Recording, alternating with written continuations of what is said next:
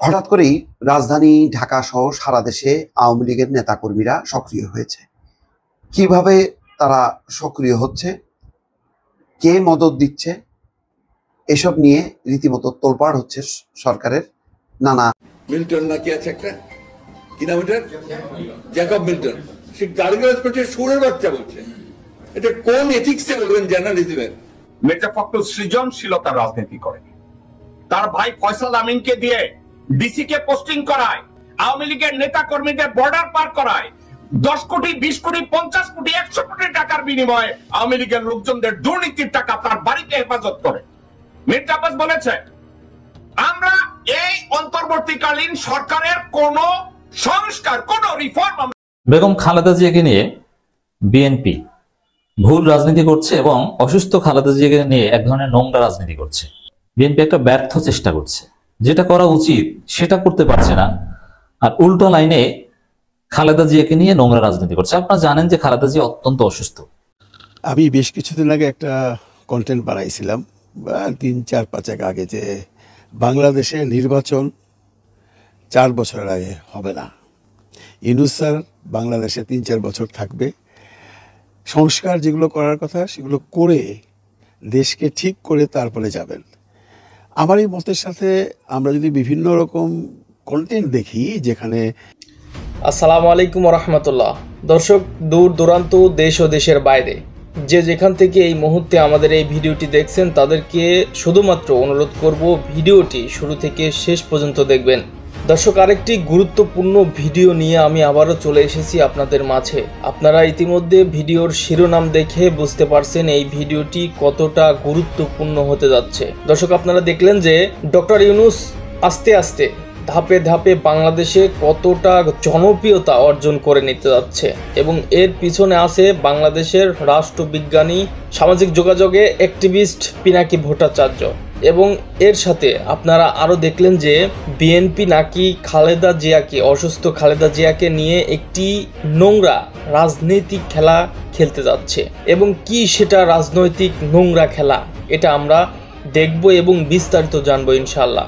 চলুন দর্শক, আর বেশি দেরি না করে আমরা এবারে ভিডিওতে একটা লাইক দিয়ে চ্যানেলটি সাবস্ক্রাইব করে ধারাবাহিকভাবে শুরু থেকে শেষ পর্যন্ত সম্পূর্ণ ভিডিও দেখব, যাতে করে সম্পূর্ণ বিস্তারিত মূল আসল ঘটনা আমরা বুঝতে পারি।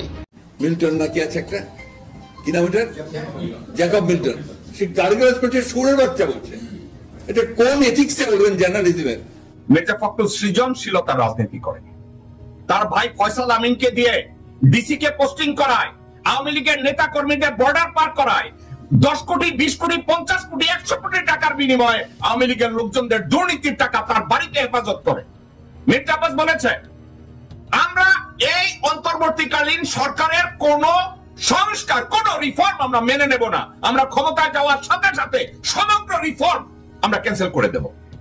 বিএনপি 2বার বা 3বার সরকার গঠনের পরেও কোন প্রকার রিফর্ম করতে পারে নাই। কিভাবে রিফর্ম করবে, যেখানে মির্জা ফখরুল, মির্জা আব্বাস, আমির খসরু মাহমুদ, ইকবাল টুকু, সামা ওবায়দ, রুমিন ফারহানা, আমানুল্লাহ আমান, এসব সালাউদ্দিন, এদের মতো রক্তচোষা মির্জাফর যখন তাদের মধ্যে থাকে, আমার মুখ থেকে শোনার দরকার নাই, যার মুখ থেকে শোনার ওইটাই শোনে। অনেক বড় বড় নেতা বানিয়েছিলাম, অনেক বড় বড় পদ দিয়েছিলাম, মন্ত্রী বানিয়েছিলাম, যারা কিছুই ছিল না, যাদের এই বিএনপি দিয়ে, শহীদ জিয়া রহমান দিয়ে, আমার দিয়েই অনেক বড় হয়েছে, অনেক কিছু মালিক হয়েছেন, তিনারা সব বেইমানি দালালি। শুনেছেন বেগম জিয়ার বলা যে বেইমানি দালালি, যাদের কিছুই ছিল না, এখন তারা ঢাকা ব্যাংকের চেয়ারম্যান হয়েছে, মির্জা ফখরুল হয়েছে, মির্জা ফয়সাল আমিন হয়েছে, আমির খসরু মাহমুদ হয়েছে, সামা ওবায়দ হয়েছে, ভারতীয় নতুন কাবুর সালাউদ্দিন হয়েছে। খালেদ মহিউদ্দিন মির্জা আব্বাসকে নিয়ে একটা কথা বলেছে। খালেদ মহিউদ্দিন কি বলেছে? বিএনপির স্থায়ী কমিটির সদস্য যারা মির্জা আব্বাস, আপনি যে বলছেন ওদের হাতের, ওদের কলমের কোন সংস্কার আমরা সহজে মেনে নেব না, সংস্কার যদি করেন আমরা কারেকশন করব। কারণ কি, সংস্কার মানবেন না কেন? আপনারা যদি সংস্কার না মানবেন, আপনার একটা কথা মনে করাই দিই, আপনাদের আন্দোলনের মধ্যে কিন্তু শেখ হাসিনা রেজিমের পতন হয় নাই। আপনাদের স্টেক কতটা আছে সেটা ভাইবা কথা বলে। বিএনপি শুরু থেকে বলেছিল যে এটা ছাত্রদের আন্দোলন, আমরা এই আন্দোলনের সাথে আমাদের কোনো অবস্থান নাই। আন্দোলনের সঙ্গে শিক্ষার্থীরা সরাসরি জড়িত, আমরা এই আন্দোলনের সঙ্গে কখনোই সরাসরি জড়িত নই। খালেদ মহিউদ্দিন যখন বলে যে এই মির্জা আব্বাস, আপনাদের হাসিনার পতনে, স্বৈর শাসকের পতনে আপনাদের তো কোনো ভূমিকা নাই। আপনারা তো তাদের সহকর্মী ছিলেন, আপনারা তো হাসিনাকে অ্যাসিস্ট করেছেন 17 বছর ক্ষমতায় থাকার জন্য। তাইলে ডক্টর মোহাম্মদ ইউনূসের নেতৃত্বাধীন অন্তর্বর্তীকালীন সরকারের সংস্কারকে আপনি কেন মেনে নেবেন না? এখন প্রত্যেকদিন সংস্কার সংস্কার, ওই শেখ হাসিনা যেরকম উন্নয়ন উন্নয়ন বলতো, এরা সংস্কার সংস্কার করতেছে। তোমরা কি সংস্কার করবা? সংস্কার করতে হবে জনগণের মতামত নিয়ে। দেখবেন যে এই গোষ্ঠী কখনো বাংলাদেশকে স্থিতিশীল থাকতে দেবে না। কখনো আমার বিরুদ্ধে, কখনো ওর বিরুদ্ধে, কখনো তার বিরুদ্ধে লেগেই থাকবে। থাকতে কি হবে জানেন? ওরা ওই যে ইউটিউবের মধ্যে কি যে পয়সা কামানোর একটা রাস্তা আছে ওদের, সে পয়সা কামাইতেছে। আরে ভাই, পয়সা যদি লাগে আমাদেরকে বল, আমরা চাঁদা দিলে দেবো না, অসুবিধা নাই তো। আমাদেরকে বল, আমরা চাঁদা দিলে দেবো না, অসুবিধা নাই তো। যে সারা জীবন চাঁদাবাজি করছে, মির্জা আব্বাস চাঁদা ভুলতে পারে না। কইতেছে যে খালেদ মহিউদ্দিন পিনাকি তোগো টাকা লাগলে আমি চাঁদা তুইলা দিব। ওর ব্যবসায়ী হইছে চাঁদা, ও চাঁদা ভুলতে পারে না। ও কবরে যাওয়ার আগে যদি কোন আজরাইল ফেরেশতা আসে, কইবো আজরাইল তোমার চাঁদা লাগবে, আমি চাঁদা দেই। সারা জীবন খাইছে চাঁদা, ও চাঁদার বাইরে বুঝে কিছু কি বলে? চাঁদা তুইলা দিব না। কেউ যদি ইউটিউব থেকে পয়সা বানায়, এটা যেমন অন্যায় না, আর কেউ যদি ইউটিউবের পয়সা নিয়ে এমপ্লয়ি চালায়, লোকজনদের দেয়, সেটাও অন্যায় না। তারা তো দেশের টাকা চুরি করে না রে ভাই। তারা ইউটিউব দিয়ে পয়সা বানায়। What is your problem Abbas? তারা কি তোমার মতো চুরি করবে, তোমার মতো চাঁদাবাজি করবে? বলদের বাচ্চা বলো, কেউ যদি ইউটিউব দিয়ে পয়সা বানায়, তোরে চুলকায় কেন? তোরে ইউটিউব থেকে পয়সা বানাইতে নিষেধ করছে কে? তারা ইউটিউব থেকে বানায়, ফেসবুক থেকে বানায়, কিন্তু তারা তোর মতো চোর না, তারা তোর মতো চাঁদাবাজ না, তারা তোর মতো খুনি না, তারা তোর মতো ব্যবসা না।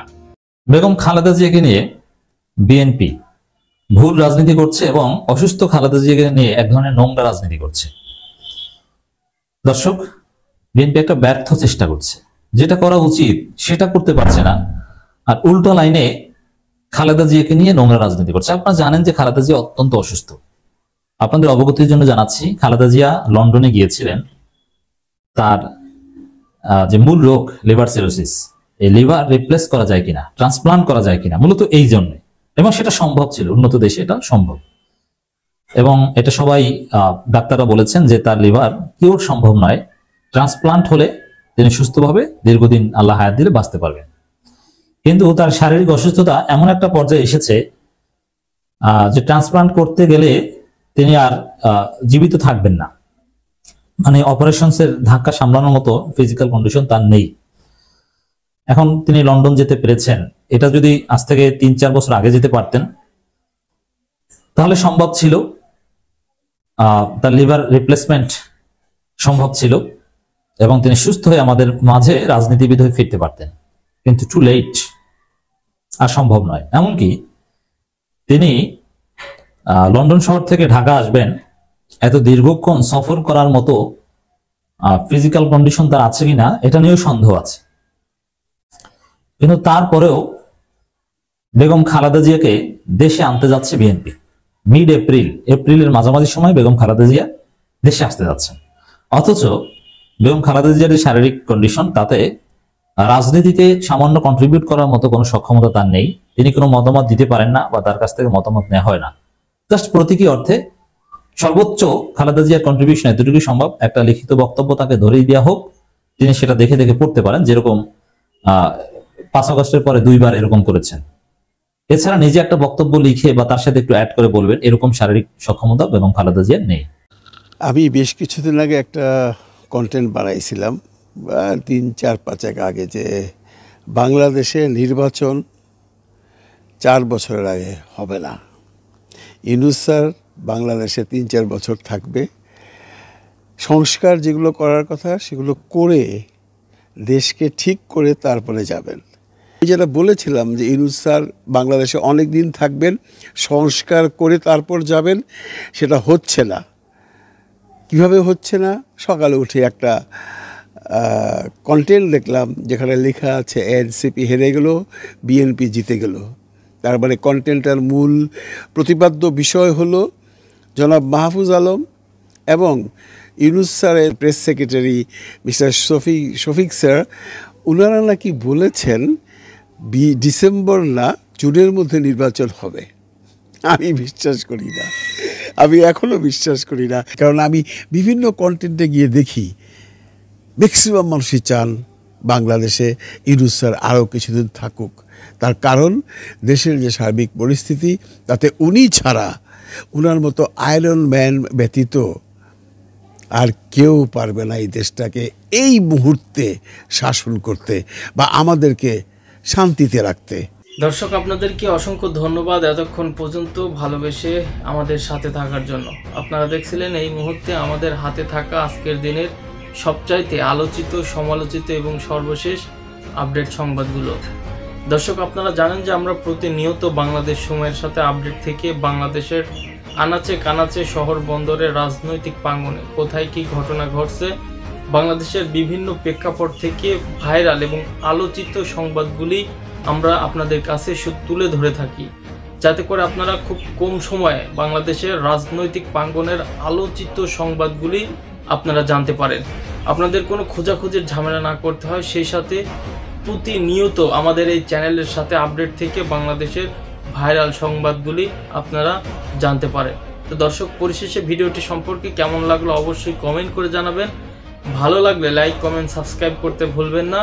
সেই সাথে পরবর্তী আরও আলোচিত আপডেট সংবাদ দেখার আমন্ত্রণ জানিয়ে আজকের মতো এখানেই বিদায় নিচ্ছি। সবাই ভালো থাকবেন, সুস্থ থাকবেন।